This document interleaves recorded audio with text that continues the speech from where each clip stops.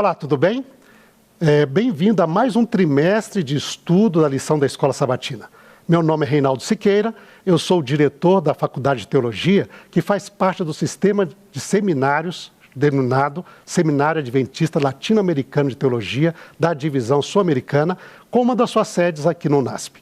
Neste trimestre, nós temos uma novidade. O Seminário de Teologia aqui do UNASP estará com uma parceria com a igreja no estudo semanal que nós iremos desenvolver. É um estudo profundo, é um estudo desse tema importante que será o livro de Isaías, e para isso nós teremos como mediador o professor e pastor Júlio Ribeiro, que estará conduzindo o estudo com professores do UNASP e também especialmente professores do Seminário de Teologia que estarão participando a cada semana. E uma novidade, este estudo será vinculado no canal do YouTube da igreja a cada sábado à noite, no início da semana, no início do tema que será estudado a semana. E você terá ali às 8 horas do sábado à noite, disponível para você estudar, aonde você quiser, no momento que você quiser, durante a semana, e aprofundar o seu conhecimento do tema que será tratado. E também os canais da divisão irão vincular logo no início da semana este mesmo estudo. E aí eu lhe convido para um trimestre de estudo bem dedicado do livro de Isaías, este livro tão extraordinário e maravilhoso, e eu creio que será uma bênção na sua vida. Esta é a temática que eu tenho aqui em minhas mãos, Isaías, consolo para o povo de Deus. Serão 13 temas muito especiais, com amigos, convidados que estarão aqui conosco. Mas antes de apresentá-los, eu queria apresentar para você esse outro material, que ele é um material produzido pelo autor da lição, o Dr. Roy Gaine, que é um livro complementar de estudos. Você encontra este material no site cpb.com.br, ou se você é membro da nossa comunidade, aqui na loja, na livraria CPB, do UNASP Campus Engenheiro Coelho. Mas como eu disse para você, hoje eu recebo 2 amigos muito especiais, e eu posso chamá-los de amigos porque a gente compartilha muitas coisas, né? Não só sobre a igreja, mas sobre a Bíblia e outras coisas que também, momentos de descontração, outros momentos que nós passamos juntos também. Mas eu recebo aqui, eu vou começar apresentando lá do meu lado esquerdo, na minha extrema esquerda, está o pastor Bruno Ferreira. Tudo bem, pastor Bruno? Bom dia, Júlio. Prazer estar aqui com você, mas nesse momento de revisitar, né, o guia de estudos que tem contribuído tanto para o crescimento espiritual da igreja. Amém. O pastor Bruno, se você não o conhece ainda, ele já esteve aqui na temporada passada com a sua esposa, a professora Naomi, mas o pastor Bruno, ele concluiu sua graduação em teologia aqui no UNASP e hoje ele trabalha como assistente técnico na Pró-Reitoria de Pesquisa, Extensão e Desenvolvimento aqui do UNASP, né?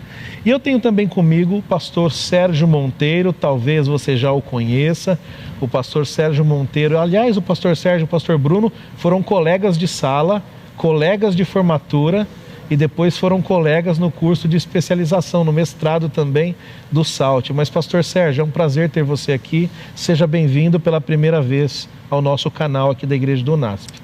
Pastor Júlio, muito obrigado. Pastor Bruno, é um prazer revê-lo. Eu só não gostei de você estar de gravata e eu não, né? Ele tem essa mania. Mas é um prazer enorme estar com você que nos assiste também, você que vai nos acompanhar durante este estudo da lição.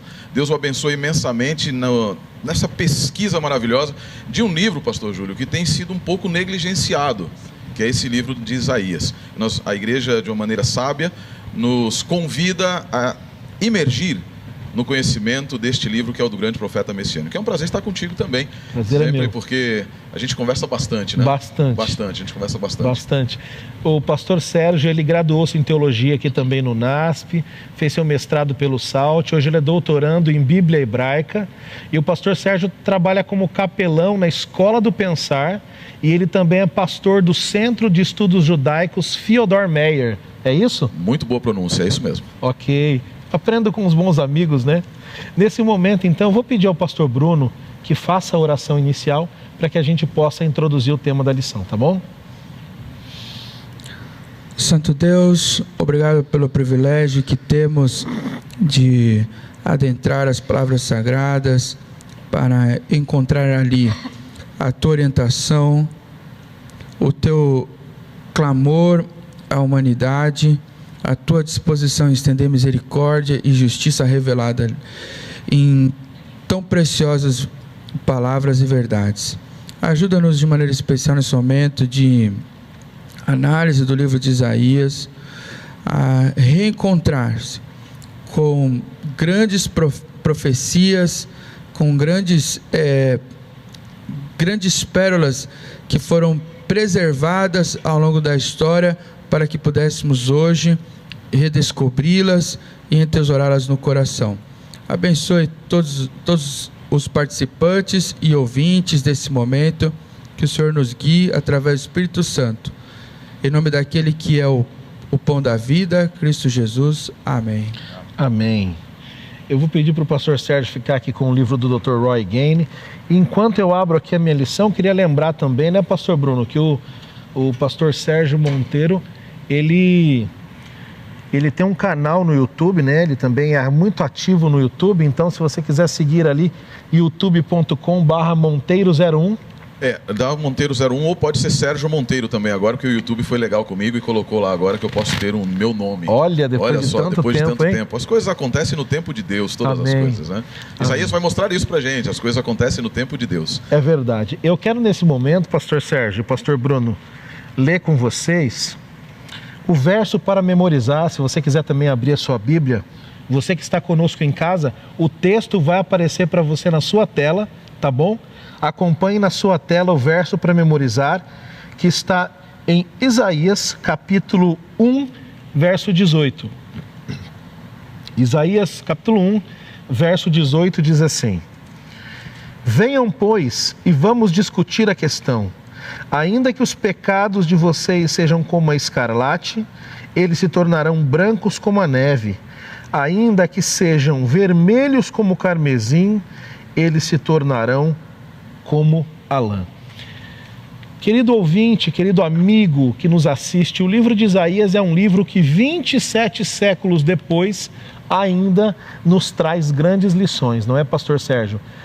Esse livro foi produzido ali por volta do meio do século VIII, finalzinho do século VII, né?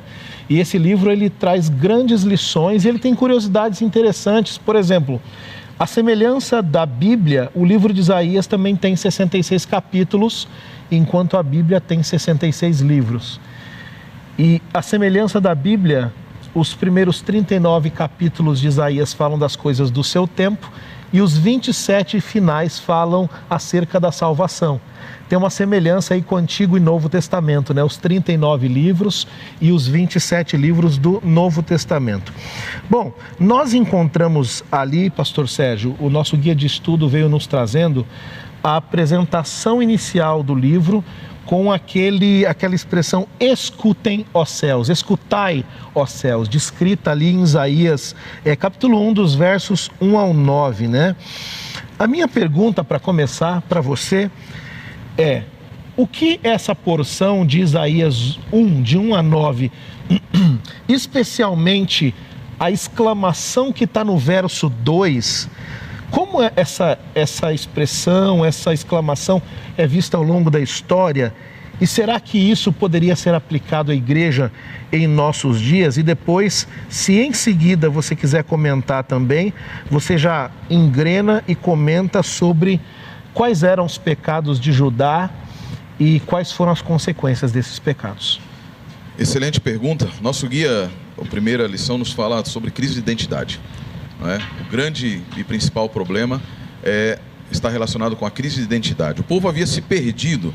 E é interessante porque, diferente dos profetas que apresentam todo o chamado, um chamado, uma elaboração maior de quem é ele, etc., o livro é lacônico em dizer que é a visão recebida por Isaías, filho de Amós, concernente a Judá e Jerusalém. Diz quem ele era, seu pai, e daí começa a dizer quem eram os reis durante o período nos quais Isaías havia profetizado. Essa expressão, ouça os céus, né, que em hebraico Shema Shamaim, e ela é até assonante, né? Ela tem uma aliteração, Shema Shamaim. Eu diria que talvez seja a expressão mais conhecida das Escrituras para todo judeu. E quando essas palavras caíram nos ouvidos de Isaías, e dos ouvidos de Isaías também nos ouvidos do povo, automaticamente a aliança veio à sua lembrança. Ouça céus, ouça terra. Deus chama de uma maneira fantástica os céus e a terra para serem testemunhas, e você vai encontrar essa mesma expressão lá na aliança, no estabelecimento da aliança que nós encontramos no livro de Levítico, capítulo 26, e também no livro de Deuteronômio, capítulo 28. E no capítulo 30, Deus fala, eu tomo hoje o céu e a terra por testemunha contra vocês. E olha o que Deus diz, olha, ouça céu e ouça terra. Obviamente, na cultura dos povos vizinhos, a ideia dos céus e da terra, porque os céus e a terra eram personificados. Você tinha Gerb e Orb, que eram os deuses egípcios da terra e do céu. Você tinha Nana e outros deuses também na cultura acadiana, na cultura de Ur. E você vai encontrar Deus dizendo assim, ouça céus e terra, não para conversar com os céus e a terra, mas para indicar a extensão na qual Deus agiria para com o povo de Israel. Qual é a extensão na qual Deus age? Independente de onde o povo de Israel esteja, ou de onde Israel esteja, Judá, Israel, eles necessariamente devem prestar contas a Deus. Por quê? Porque os céus e a terra, onde quer que eles estejam, servirão como testemunhas contra Judá, contra Israel. No caso específico aqui do texto de Isaías, contra Judá, porque eram com quem ele estava lidando, o reino do sul. E Deus, ele faz esse chamado para os céus e a terra, e de maneira tremenda, e eu coloquei aqui em alguns comentários que eu estou escrevendo, né? Complicado de comentar o Roy Gaynor, né? Comentar a lição do Dr. Roy Gaynor é complicado. Deus começa de maneira direta, ele não tem nenhum rodeio, não tem nenhum tipo de rodeio, ele simplesmente começa dizendo, ouça céu, ouça terra, porque Adonai está falando, é Adonai que está falando, não é a palavra do profeta.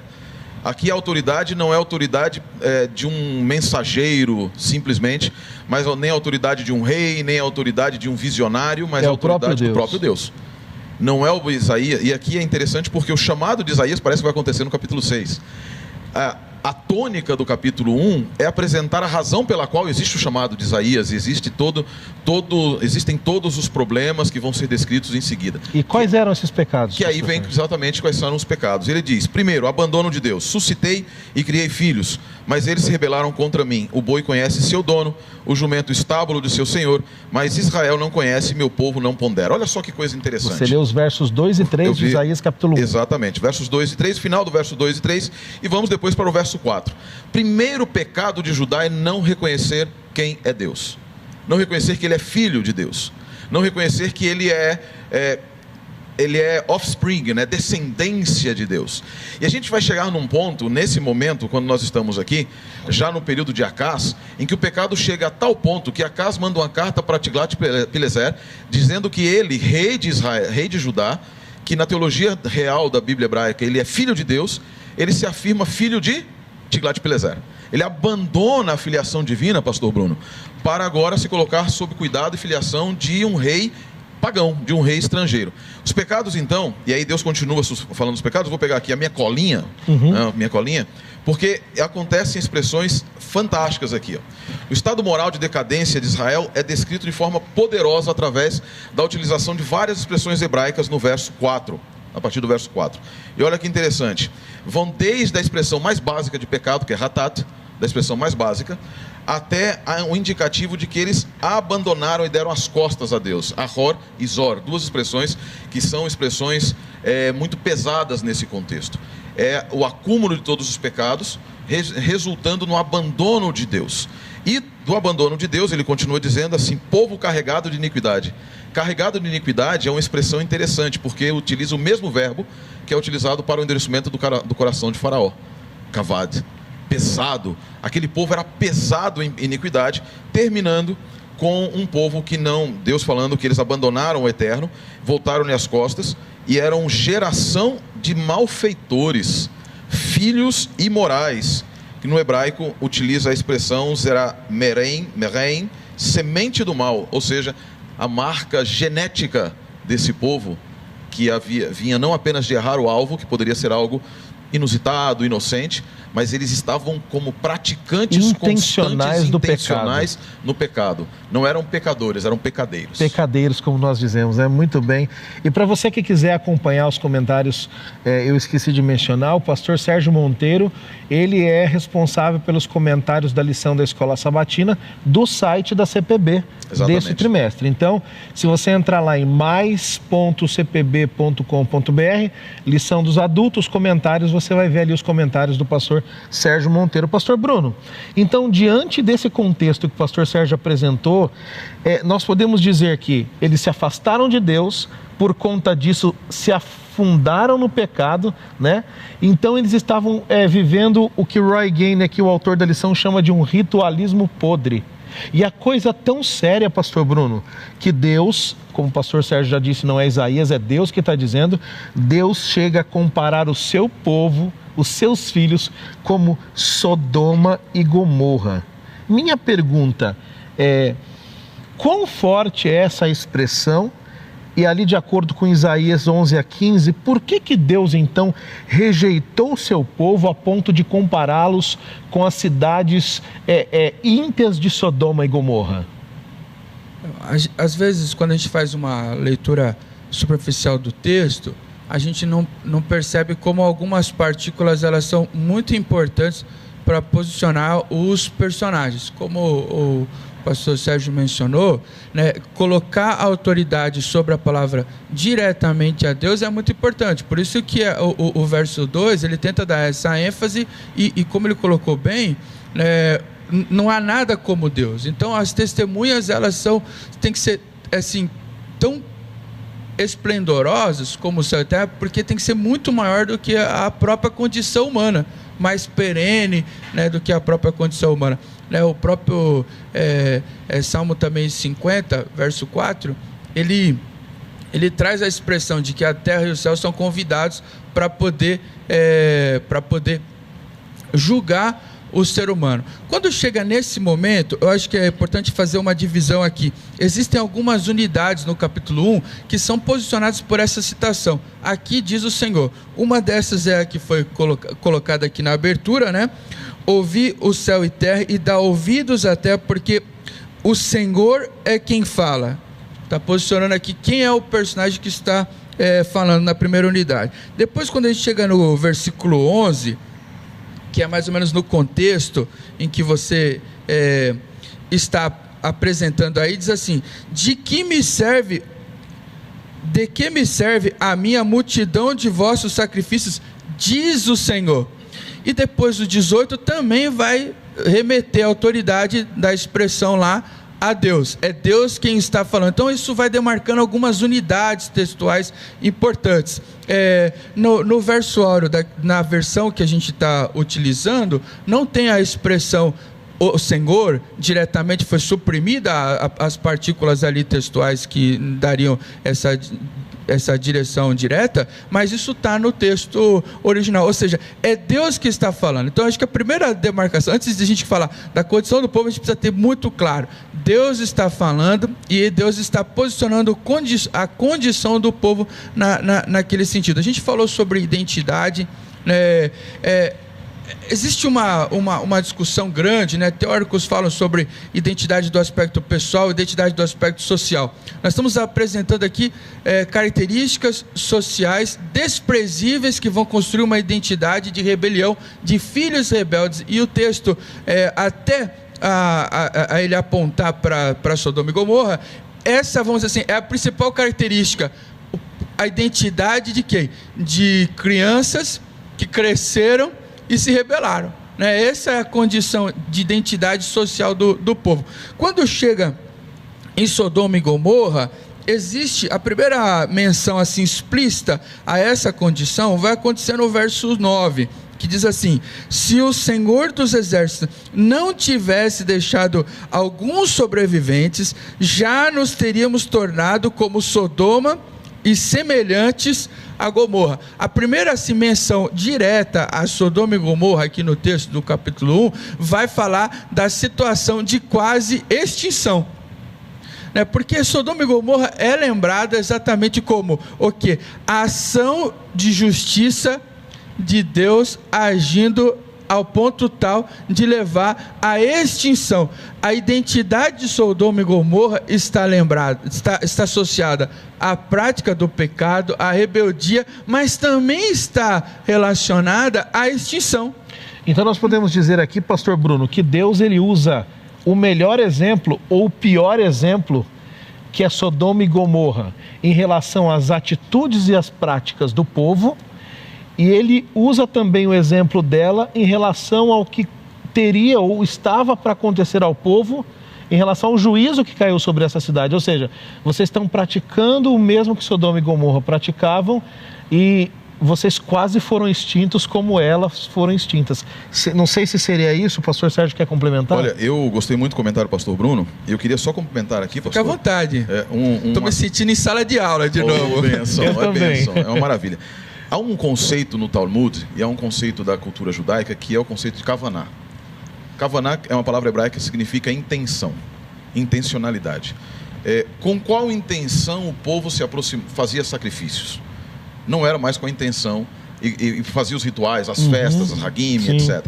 A intenção não era se aproximar de Deus para obter dele o perdão, a intenção não era apresentar a Deus o seu arrependimento. A kavaná que existia, se é que existia kavaná, era, no final das contas, era apenas e tão somente apresentar a capa do ritual. Sim. Os povos que viam diziam, eles continuam cultuando o seu Deus.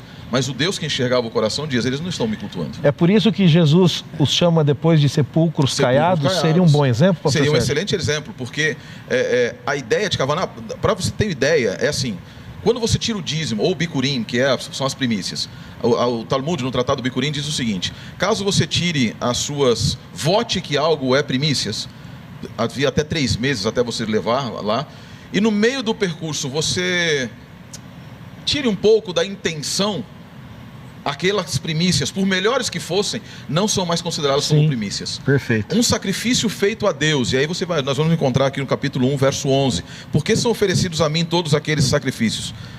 Deus havia ordenado que fossem feitos sacrifícios, mas sacrifícios sem a intenção do perdão, sem a intenção do arrependimento, não servia para nada. Deus havia instituído o ritual levítico, Exatamente. né? A gente vê isso em Levítico de 1 a 16, Exatamente. Claramente. Porém, a forma como estava sendo feita não condizia com o que Deus queria. Inclusive, a gente pode até, retornando ali ao verso 10, existem 2 coisas que são explícitas aqui, tentando demarcar que o povo deveria levar em consideração.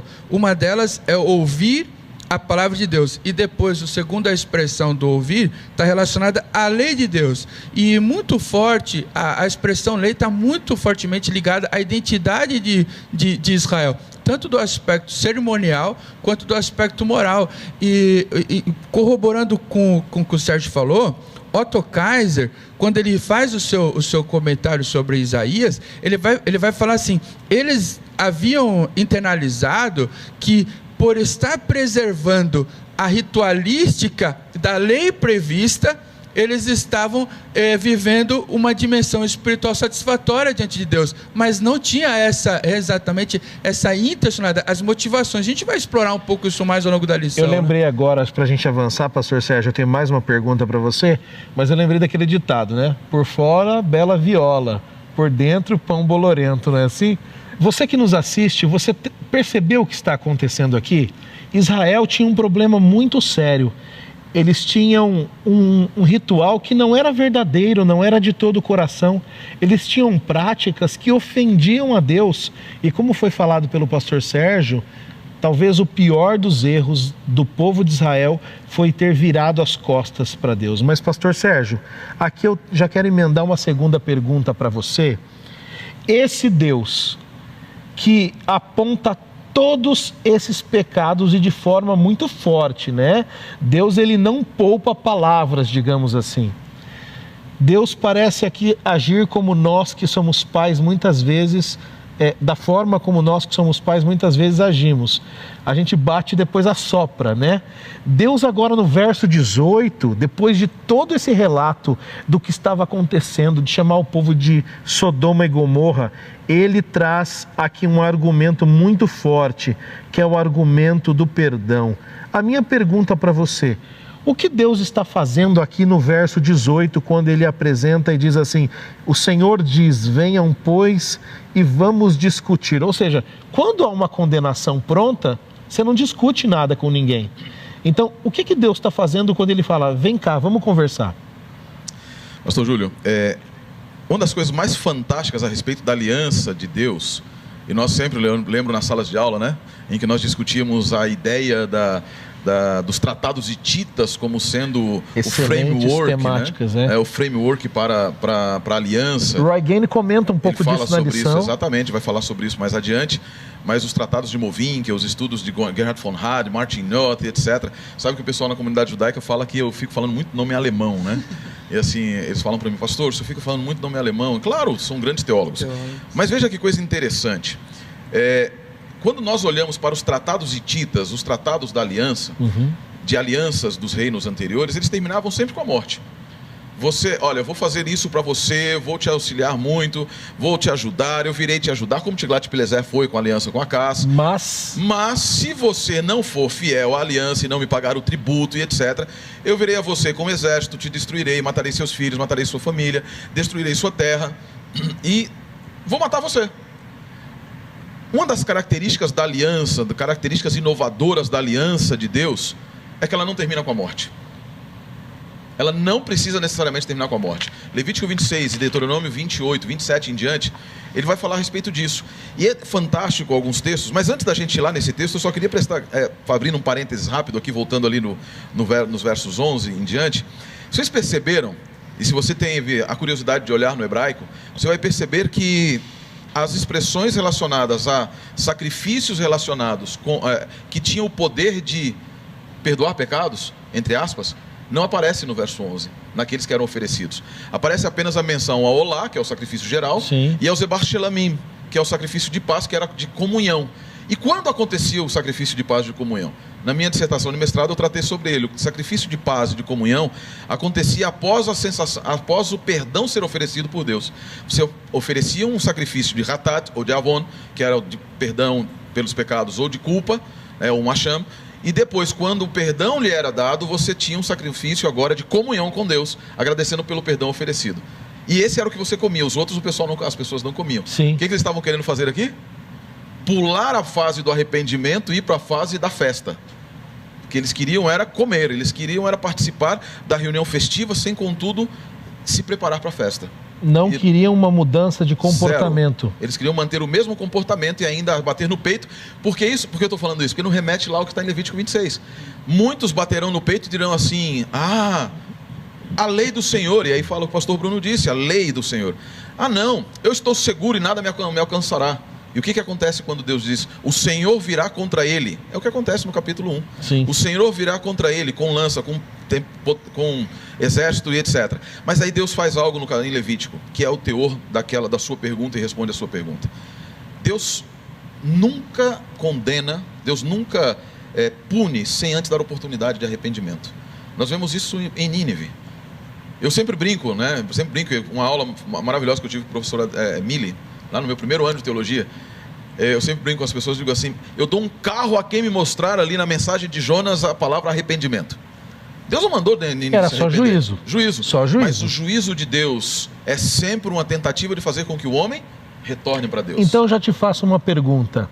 Como essa atitude divina poderia causar mudança de comportamento no coração do povo? Pelo reconhecimento de quem Deus é, pela demonstração do amor de Deus mesmo no meio de todos, nós vamos ver isso mais adiante também em outras situações, quando Acaz não quer pedir o sinal, e mais adiante o Dr. Gaine analisa isso, porque Isaías fala a respeito disso, até chegar no livro da Consolação, que é a partir do capítulo 40.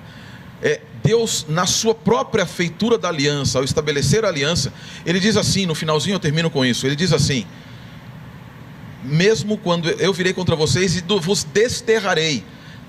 A punição máxima da aliança divina não é a morte, é o exílio. E por que o exílio? Porque ele diz assim, olha que fantástico você que nos assiste.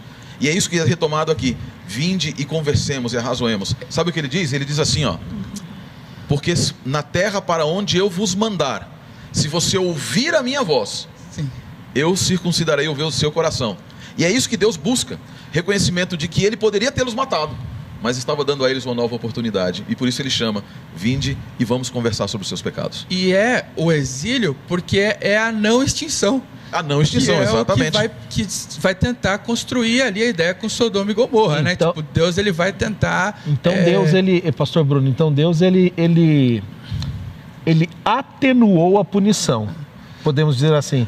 Eles poderiam ter sido extintos, mas Deus deu uma punição que ainda tinha papel redentivo. Toda a punição de Deus tem papel redentivo. Muito bom. A punição da aliança não é o fim. A punição da aliança é a oportunidade para um novo recomeço. Isso que o pastor Sérgio colocou é tão importante que muitas vezes a gente passa meio desapercebido. Apesar do livro de Levíticos ele ser expansivo, quando a gente fala assim de rituais, né, do cerimonial, né, nós entendemos que a aliança, de certa forma, ela foi comunicada, e Ellen White tenta apresentar isso de maneira ampla nos seus escritos, que ela foi comunicada ao homem desde da saída ali do Éden e foi renovada com Abraão, né? Ela não foi simplesmente, ela apareceu do nada e sendo não comunicada. Tanto que a primeira história pós saída do Éden é uma história que envolve sacrifício. Só que ali tem um problema. A gente costuma apontar como o errado e o certo da história. Quem que é o certo da história? O certo é Abel, que faz o ritual correto. O errado é quem? É o Caim, que não faz o ritual correto. Só que, teoricamente, se a gente for olhar como vai se expandindo os ritos, existem as duas possibilidades para circunstâncias diferentes, distintas, que vão ser explicitadas mais à frente. O problema é que o rito de Abel, na verdade, reconhece que ele é errado. Os dois estavam errados. Que ele estava errado, que ele precisava de arrependimento, é a intenção. Que a intenção, que de Caim não vai acontecer. Pastor Júlio, esse ponto relacionado à aliança me encanta. Eu sou apaixonado por a teologia da aliança. E há um ponto que o pastor Bruno colocou uma palavra que vem da senhora White, é que a aliança foi comunicada. E isso é chave para entender a aliança. Muitas vezes nós queremos nos colocar, e o mundo religioso vive isso, nos colocar como sendo parte da aliança, como integrador e como estabelecedor da aliança. Nós somos beneficiários de uma aliança feita entre o Pai, o Filho e o Espírito Santo. O concílio de paz de Zacarias. E ao ser essa aliança eterna que está descrita no livro de Apocalipse, capítulo 13, verso 8, o Cordeiro foi morto antes da fundação do mundo, ou na fundação do mundo, né? Ou antes da fundação do mundo. Em outras palavras, a aliança ela existe antes que nós existamos, e nós somos beneficiários. E como beneficiários da aliança, nós somos beneficiários de um conceito que não pode ser quebrado por nossas atitudes. É por isso que o Deus da aliança, ele em todos os momentos na sua aliança, mesmo quando denuncia a quebra da aliança, ele denuncia essa quebra com o objetivo de trazer o homem de volta a um estado de perfeição dentro da aliança. E não é perfeccionismo, é perfeição na aliança. Eu me lembro, e eu já vou avançar para mais uma pergunta para o pastor Bruno. Você que está nos assistindo, você percebe que são grandes as riquezas desse texto, né? Mas nós precisamos avançar aqui. Eu já percebi que hoje nós devemos passar uns 10 minutinhos do tempo, tem muita coisa para falar, mas vamos avançar aqui. Eu me lembrava da aula do Dr. Paroski, onde ele dizia que a antiga aliança era mais... Aliás, a nova aliança era mais antiga do que a antiga. Lembra disso? A nova aliança é mais antiga do que a antiga. Mas, pastor Bruno, o texto avança. Depois que Deus diz tudo o que ele diz, pastor Sérgio, até o verso 17, você comentou o verso 18, que é Deus chamando o povo, venha, vamos conversar, etc. Mas aí no verso 19 ao verso 31, pastor Bruno, Deus volta a, digamos, falar grosso aqui com o povo, né? E é interessante que há um relato de Isaías 1,19 que diz assim, eu vou ler. Se o povo escolhesse obedecer a Deus, Isaías 19 está apresentando essa verdade. Se o povo escolhesse obedecer a Deus, comeria o melhor da terra. Por outro lado, se recusasse, ele morreria pela espada. Isso está ligado com Deuteronômio 30, 19 e 20, onde Moisés diz assim, hoje tomo o céu e a terra por testemunhas contra vocês, que lhes propus a vida e a morte, bênção e maldição. Então a gente percebe que nessa declaração de Moisés, você não tem meio termo. Ou vai ou racha, ou é ou não é, né? E aí, pastor Bruno, como que é essa questão? Ou devora o melhor da terra, se obedecer, mas se for desobediente, vai ser devorado pela espada? Como é que funciona isso? A gente tem, pelo menos aqui, né, a possibilidade de separar os textos que vão ali do 19 ao 31, acho que incluiria o 18 também. O 18, ele é bem especial, né? O pastor Sérgio comentou sobre ele. Ele é uma ponte, né, que liga a primeira parte com a segunda parte. Uma transição, exatamente isso. A transição. Mas a gente tem um bloco ali que começa então no 18, com diz o Senhor, e se encerra ali com porque a boca do Senhor o disse. Então a gente tem ali vamos dizer, falas diretas de Deus ao povo, para um chamado à decisão. É um momento que Deus chama eles a tomarem uma decisão. E a partir desse momento, a gente é apresentado uma personagem, assim, ela se torna a personagem principal, que é quem? É a cidade infiel, cheia de injustiça. E assim, o uso de Jerusalém também é identitário para as condições do povo de Israel e Judá. Ela fala muitas vezes Deus ele vai endereçar características que ele gostaria que o povo tivesse, ou características litúrgicas, ou muitas outras características remetendo à cidade. Então, se a gente entrar só na cidade de Jerusalém, tem muitas outras ideias que podem ser exploradas aqui. Enquanto Sodoma e Gomorra eram exemplos negativos, Jerusalém era um exemplo positivo, podemos dizer assim. Só que é um contraponto, né? Deus vai apresentando pontos ruins, negativos de Jerusalém, e ao mesmo tempo ele vai apresentando o propósito e a aspiração dele para Jerusalém. Eu achei isso maravilhoso. Achei isso maravilhoso no livro de Isaías. Exatamente isso que o pastor Bruno comentou. Desculpe te interromper, fica à vontade. Mas olha só, ele fala... Eu enxergo aqui numa análise narrativa em que Deus ele vai dialogando com Jerusalém e ele vai expressando os seus desejos para Jerusalém. E ele fala, olha que interessante, no verso 21 ele fala: a cidade fiel se tornou prostituta, ela estava uma vez cheia de justiça, a retidão hospedava-se nela, mas agora apenas assassinos. É um desabafo divino. E aí nele ele continua falando disso. Depois no verso 24, portanto, diz o Eterno, Adonai Tsevaot, o poderoso de Israel, eu me livrarei de Israel? Não, dos meus inimigos. Olha que interessante, eu me livrarei dos meus adversários, me vingarei dos meus inimigos, mas também voltarei minha mão contra você. E ele não diz que vai destruir Judá. Ele quer purificar Judá. Exatamente. Purificar. As ações de Deus para com o seu povo, no contexto que nós estamos estudando, são de denunciar os seus erros, não é passar a mão nas costas, nem como diz hoje a expressão do passar pano, passar o pano, né? Não está passando o pano, mas ele também diz: eu vou purificar você. Eu não vou te aceitar como você está. Não me serve. Mas eu também não quero te destruir. Não vou te destruir. Eu não sei se o pastor Bruno quer complementar alguma coisa. Uma coisa talvez que é importante ressaltar, ali do 29 a 31, Deus diretamente vai falar sobre o seu propósito de extinguir a idolatria, que é antagônico, mas é real. Ao mesmo tempo que eles preservam todo o ritualístico judaico, segundo a lei, eles são desobedientes, eles são considerados idólatras, né? Ou seja, a palavra aqui talvez seria incoerência. Completa hipocrisia. Completa incoerência. Eles dizem obedecer à lei, mas estão sendo condenados exatamente por ela, né? Porque não obedecem à lei. Porque a essência da lei é o próprio Deus. É o seu caráter divino, né? Pastor Sérgio, eu já quero emendar aqui, pastor Bruno, se você me permite, vamos saltar do capítulo 1 para o capítulo 5, e essa é a última pergunta que eu tenho para você essa manhã, depois tenho mais uma para o pastor Bruno, e você que está acompanhando a gente em casa, você percebe que teria muita coisa para falar, mas se a gente falar tudo aqui, você não estuda a lição na sua casa. Então você tem o seu guia de estudo, não é verdade?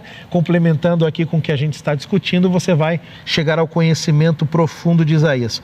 Tem um cântico de amor aqui, pastor Sérgio, que é chamado de cântico de amor em Isaías 5, né? De 1 a 7.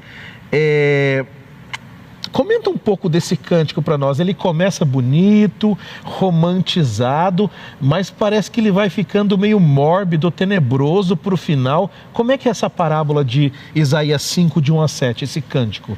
Na verdade, é interessante porque assim, as nossas divisões de capítulos da Bíblia acabam, às vezes, tirando um pouco do contexto, né? É verdade. E se nós voltarmos um pouco ali no capítulo 4, verso 4, olha o que é dito. Não, vamos ler um pedacinho ali, diz assim, rapidamente. Quando Adonai eliminar a sujeira das mulheres de Sião e limpar Jerusalém do sangue derramado nela com julgamento de fogo, Adonai criará sobre todo o monte de Sião e sobre quem se reúne ali, uma nuvem de fumaça durante o dia e um fogo chamejante para iluminar a noite. Nós retornamos à figura do Êxodo. Perfeito. Pois a glória estará sobre todas as coisas como um palio nupcial, que aqui na minha tradução diz rupá.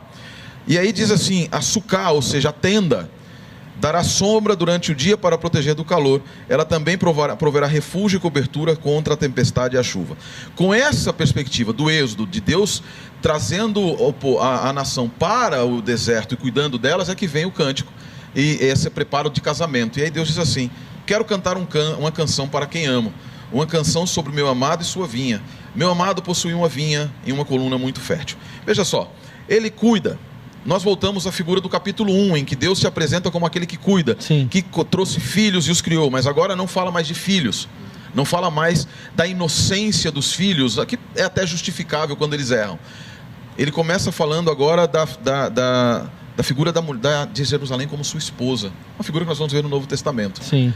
Da figura como sendo sua esposa, uma aliança que é feita, uma aliança nos moldes da aliança do casamento, que nós vamos encontrar em Oséias. E da infidelidade, e nós vamos encontrar essa mesma figura também em Deuteronômio 32, né? E no capítulo 1 de Isaías e Oséias 11. Deus amando, se entregando, criando um mecanismo de proteção que é a própria aliança, o mecanismo de proteção, uma cerca, e a Mishnah fala a respeito disso, que a lei foi entregue para o seu povo de Israel, para ser como uma cerca para protegê-la de ser vilipendiada e assim se transformar em algo indigno diante de Deus. O grande problema é quando a própria vinha se rebela. Quando ela se rebela. E aí é o que vai acontecer logo em seguida, olha só. Então por que quando eu esperava uvas boas, ela produziu uvas bravas e azedas, diz o verso 4. Roy Gaine comenta que a melhor tradução aqui seriam coisas estragadas. Coisas estragadas. Podres. Né? A expressão hebraica que é utilizada ali tem a ver com impureza e com fedor. Fedor. Então algo que causava ojeriza em Deus. Já passou para eu pensar, a cidade amada por Deus e a frustração do próprio Deus, na qual, pastor Bruno, imagina Deus prepara a sua amada como uma noiva, uma vinha bonita, e o que sai dela? Cheiro mau. Podridão e cheiro ruim. Cheira por isso mal. que o cântico, ele não pela atitude de Deus, e você percebe que Deus continua, isso eu achei fantástico. Mesmo com tudo isso, Deus ainda continua no verso 7, eis que a vinha do Eterno. Sim. E é a casa de Israel, os homens de Judá, são a planta em que ele se deleita. Mesmo com toda a injustiça, com todo o fedor, com tudo, existe um componente chamado graça e misericórdia, um dos 13 grandes atributos de Deus. E um deles, o Hanun, a grande misericórdia, faz com que Deus ignore ou releve o cheiro desagradável de Judá, ou até para corrigir a frase, não que Deus ignora ou releva, mas que Deus coloque um perfume agradável, que é o perfume daquele que é a rosa de Saron, Jesus Cristo. O livro de Isaías, ele é muito carregado de símbolos identitários de Israel, né? Como foi colocado aqui, a vinha. Isso é tão forte que no Novo Testamento, quando Paulo quer ilustrar, inclusive, a relação dos gentios diante do novo cenário de expansão do Evangelho, ele vai trazer de volta essa discussão de vinha, enxerto, e ele vai tentar resgatar. É muito, muito forte. Agora, a lição não explora muito, mas o texto, quando ele termina a parábola ali, né, a ilustração da vinha, ele vai fazer introdução à situação dos ais. Vai vir diversos ais de Deus contra o perverso, e isso também se relaciona com outro texto que é mencionado na lição, que é lá Mateus 23 em diante, né? O texto menciona, mas o capítulo 23 de Mateus é um capítulo de ais, e é um capítulo de ais de Jesus para com quem? para com os intérpretes da lei, para com os escribas. Ele está novamente retomando uma discussão, que é a discussão que começa no capítulo 4, que é aqueles que tecnicamente preservam as escrituras, são os rabis, são os escribas, são aqueles que são os doutores da lei, na verdade são caracterizados como hipócritas, e os ais são direcionados a eles. Então, eu acho que isso, de certa forma, tem que deixar muito forte um recado para nós, que mesmo muitas vezes manifestando religiosidade, não necessariamente nós estamos em harmonia com a vontade de Deus, né? E Deus muitas vezes ele faz advertências severas, principalmente com aqueles que conhecem, né, a sua palavra, né? E pastor Bruno, eu quero emendar a última pergunta para você. Pastor Sérgio pode complementar de novo? Eu só quiser queria retomar essa... Sim, mas eu achei maravilhoso esse pensamento, porque assim, isso nos remete ao Salmo 82. Assim. Porque o Salmo 82, ele nos fala exatamente dessa situação na qual aqueles que são religiosos, líderes, chamados no verso 6 de Elohim, né, eles apresentam características de imundos, ímpios, injustos, e são os ais que são descritos aqui no capítulo 5 de Isaías, que se levantam pela manhã para preparar bebida forte, que humilham aqueles que são pobres, e parece que sai do aspecto da religiosidade vertical para um aspecto de religiosidade prática. A religiosidade, efetivamente, nós não podemos transformar o evangelho apenas em evangelho social, mas não podemos nos esquecer do aspecto social, que é essa uma dimensão importante. Extremamente importante, porque a sua relação com Deus e a denúncia, por exemplo, dos Salmos de Asaf, as denúncias de Isaías, de Miqueias e de outros, tem a ver com religiosos, e percebam que as denúncias às vezes não são para o povo, são de religiosos. Quem roubava o dízimo em Miqueias não era o povo em si, eram os religiosos, os líderes. E esses que roubavam, eles tinham aparência de piedade. Aí nós voltamos ao contexto de Mateus, bem posto pelo pastor Bruno, mas em Mateus 23. Jesus eu ia mencionar esse texto agora. Jesus diz o quê? A prática e o discurso. Exatamente. Jesus diz assim: vocês prestem atenção no que falam os fariseus. Está correto. Eles estão corretos. Sentam-se na cadeira de Moisés, mas não façam o que eles fazem. Exatamente. Não façam o que eles fazem. Então essa religiosidade, que é uma casca e que na verdade serve como uma barreira para que você impeça outras pessoas de se aproximarem da religião verdadeira, que é a religação com Deus, ela é denunciada por Isaías, por Asaf, por Miqueias, pelos grandes profetas e em todas as escrituras, porque a verdadeira religião é que nos aproxima de Deus e não aquela que é utilizada para afastar os outros por causa da nossa aparência de religiosidade. E aí eu já emendo a última pergunta ao pastor Bruno. Nós estamos chegando ao final, temos mais alguns minutinhos para encerrar aqui. Eu tenho que fazer essa última pergunta. Como que nós podemos então nos ser lavados, pastor Bruno? E como Jesus ele transfere agora, pastor Sérgio pode complementar depois, como ele transfere esse cântico, onde Deus parece estar espantado porque usou a melhor terra, a melhor semente e nasceu uva estragada. Como Jesus transfere isso para o Novo Testamento, quando ele fala sobre o cântico da vinha? E qual é a relação que existe entre exatamente o perdão que Deus oferece e a transformação que ele espera que seja operado nesse povo, que sua boca o adora, mas de todo o coração está longe dele? A expressão lavar, ela se encontra em Isaías capítulo 1, verso 16. Né? Eu acho que é bom resgatar esse texto aqui, porque fala da materialização da religião pura. A gente tem aqui no verso 16 e 17 o seguinte contexto aqui: lavai-vos, purificai-vos, tirai a maldade de vossos atos diante dos meus olhos, cessai de fazer o mal. E aí Deus vai para uma parte bem explícita do que ele está querendo dizer: aprenda a fazer o bem, atendei à justiça. E aqui é muito interessante, a gente poderia olhar para a continuidade do texto e enxergar aqui como misericórdia, mas Deus está mencionando a expressão justiça aqui, ó: repreendei o opressor, defendei o direito do órfão, pleiteai a causa dos viúvos. Geralmente nós classificaríamos esses atos como atos de misericórdia, mas aqui no texto não trabalha como atos de misericórdia, mas como atos de justiça. E isso é muito forte. Por que é muito forte? Hoje, a gente muitas vezes tem desassociado, ou tem um sermão estritamente escatológico, centrado na terceira mensagem angélica e muitas vezes desconectado do quê? De que Deus quer um reino. Pedro, ele vai explorar isso na segunda carta, dizendo que nós ansiamos uma terra de quê? De justiça. E para haver essa justiça no governo, no funcionamento social, é necessário atitudes do ser humano para com Deus e para com o semelhante. Mas por outro lado, pastor Bruno, no outro extremo nós vemos sermões estritamente voltados às questões sociais, como se esquecessem que o reino de Deus ele começa aqui, mas ele não é aqui. Eu gosto muito do como Ellen White trabalha essa temática lá no Benefício Social, porque isso a gente vai encontrar inclusive mais à frente em Isaías. Isaías 58 vai falar do papel identitário do sábado, mas também vai falar do papel identitário desses atos de justiça. Sim. Em Isaías 58, mas muito declarado, falando inclusive assim, eu não vou aceitar esse jejum de vocês que não vem carregado dessas atitudes de justiça. E Ellen White fala que não existe separação entre a terceira mensagem angélica e Isaías 58, na verdade eles são complementares.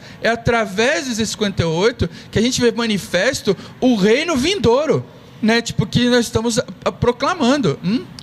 Olha, é fantástica essa lição de Isaías. Existe um conceito judaico que é chamado Tikkun Olam. O Tikkun Olam é a melhoria do mundo, e nós precisamos trabalhar o Tikkun Olam.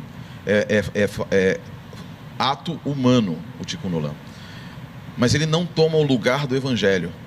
O lugar do Evangelho verdadeiro é proclamar aquilo que foi proclamado por Deus. O foco do Evangelho, o foco da mensagem bíblica é preparar um povo, não é para viver nessa terra, é uma terra de justiça nessa terra. Aqui nós vamos ter sempre injustiça. Aqui nós vamos ter sempre ideologias, nós vamos ter sempre discussões que afastam do foco verdadeiro. Quando nós vemos muitos sermões, como o pastor Júlio lembrou, nós vemos sermões que estão mais preocupados com este mundo do que com o mundo vindouro, eu me preocupo com essas pessoas estarem prontas para esse mundo e não prontas para o próximo. Preocupadas demais com ideologias políticas e etc. E afastadas da ideologia do que está no cântico que nós acabamos de ler, por exemplo. E aí eu retomo aquilo que o senhor disse, pastor, que diz assim lá no capítulo 5, verso 20: ai dos que chamam o mal bem, e ao bem mal, que transformam as trevas em luz e a luz em trevas. Para mim, e eu queria deixar para você nessa manhã, tarde, noite, quando você estiver assistindo também, eu queria deixar para você a seguinte mensagem: o verdadeiro foco tem que ser a lei de Deus. Qualquer desvio da instrução de Deus, que é Torá, qualquer desvio da instrução de Deus, vai te levar para um caminho errado. E aí eu respondo a sua pergunta: como é que nós somos lavados? É quando Cristo transfere pela sua graça e pelos seus méritos o conhecimento da Torá externo em pedras para o nosso coração. Amém. E aí nesse momento nós passamos a entender e enxergar o que é o bem, não pela sociologia, filosofia ou qualquer outra coisa, mas pela mente de Deus, quando nós alinharmos nossa perspectiva com Ele. Amém. Isso que o pastor Sérgio colocou é tão sério que às vezes a gente não enxerga, muitas vezes isso, inclusive nas palavras de Cristo, quando Ele fala que eu não vim, de certa forma nenhuma, para ir contra a lei, mas eu vim para cumprir. Porque é muito forte, no próprio período de Cristo, ali na relação com os romanos, um discurso de extremamente briga, né, e ruptura com as estruturas sociais. Você tinha muita gente falando contra a opressão, você tinha muita gente falando contra o Império Romano, você tinha muita gente com muitos discursos que eram importantes do aspecto social, só que o que acontece? O discurso ele não representava numa doação prática, na entrega do indivíduo servindo. E Jesus ele fez o contrário. Jesus ele muitas vezes ele quis dizer assim: estão muito preocupados com uma liberdade externa e a liberdade está mais perto de você. O cara pediu para você carregar uma milha, é sua obrigação? Vai com ele 2. Tipo, até uma é sua obrigação. Vamos fazer o seguinte, Faz mais. Vira senhor da situação e passa, ao invés de ser o oprimido, aquele que é o dono da situação, carregando mais uma, dizendo assim, eu estou disposto a ajudar você. Amém. Por mais um período que está pesado para você, eu te ajudo. Amém. E Jesus, ele tinha um discurso extremamente libertador, só que não necessariamente extremamente ideológico, né, como a gente encontra muitas vezes materializado em certos circuitos hoje, né? Eu colocaria, para nós terminarmos, pastor Júlio, só assim, traduzindo aqui o que o meu amigo pastor Bruno disse, não ofereça apenas sacrifícios, se ofereça como sacrifício. Amém. Você que nos assiste em casa, você percebeu, teremos muita coisa mais para falar, mas eu creio que fomos muito abençoados neste momento de estudo. Então perceba, Deus, ele não deixa de denunciar o pecado do povo. Por outro lado, ele dá o perdão. E o perdão de Deus, ele não é apenas aquele que tira o peso pela culpa que eu estou sentindo por conta do pecado. É um perdão que traz transformação e novidade de vida. Creia nisso. Pastor Bruno, pastor Sérgio, muito obrigado. Foi um privilégio para mim ter vocês dois aqui, dois amigos, e eu creio que quem nos assistir, no horário que nos assistir, será muito abençoado. Então, em um minutinho, pastor Bruno e pastor Sérgio, olhando para a nossa câmera, qual a sua palavra final para aqueles que estão nos assistindo, para nós orarmos e encerrarmos? Eu gosto muito do exórdio ali de Hebreus, os 4 primeiros versos, né, que fala que Deus falou de muitas formas, diversas maneiras. Deus não se cansa de se comunicar com o ser humano, mesmo rebelde. Amém. Mas ele vai terminando o exórdio falando que hoje ele nos fala através do Filho.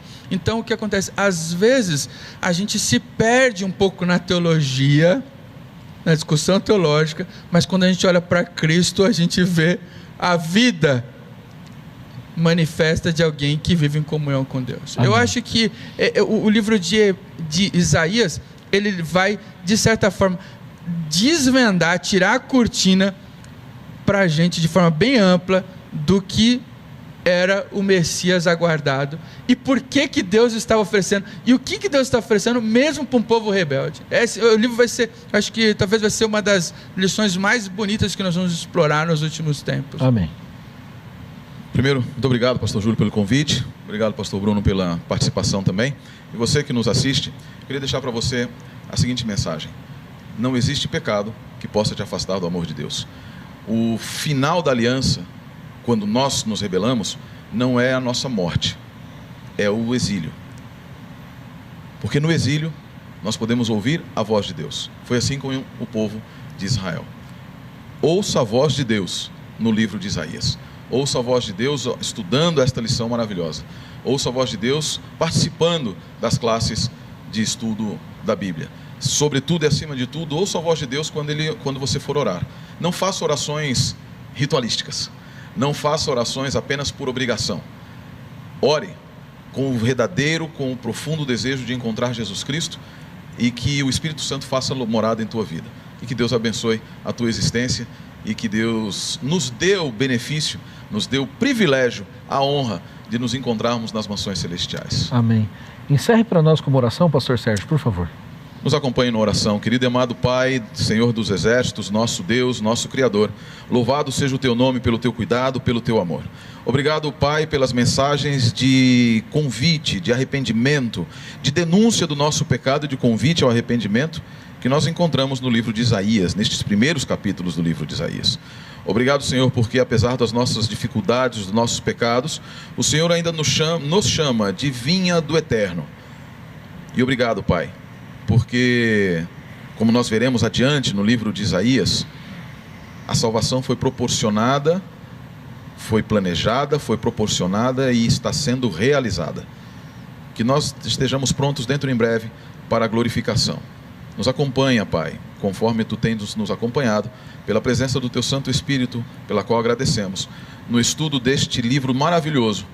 Abençoa a esta igreja que é Tua, em nome do Messias, nós oramos. Amém, Senhor. Muito obrigado pela sua presença conosco e não se esqueça de seguir a Igreja do NASP nas redes sociais, não se esqueça de se inscrever e ativar as notificações e lembre-se, nesse novo formato, nessa nova temporada, todo sábado às 20 horas, às 8 da noite, você tem um novo vídeo, uma nova temática. E eu já te convido para na próxima semana nós estudarmos o tema número 2 desta lição.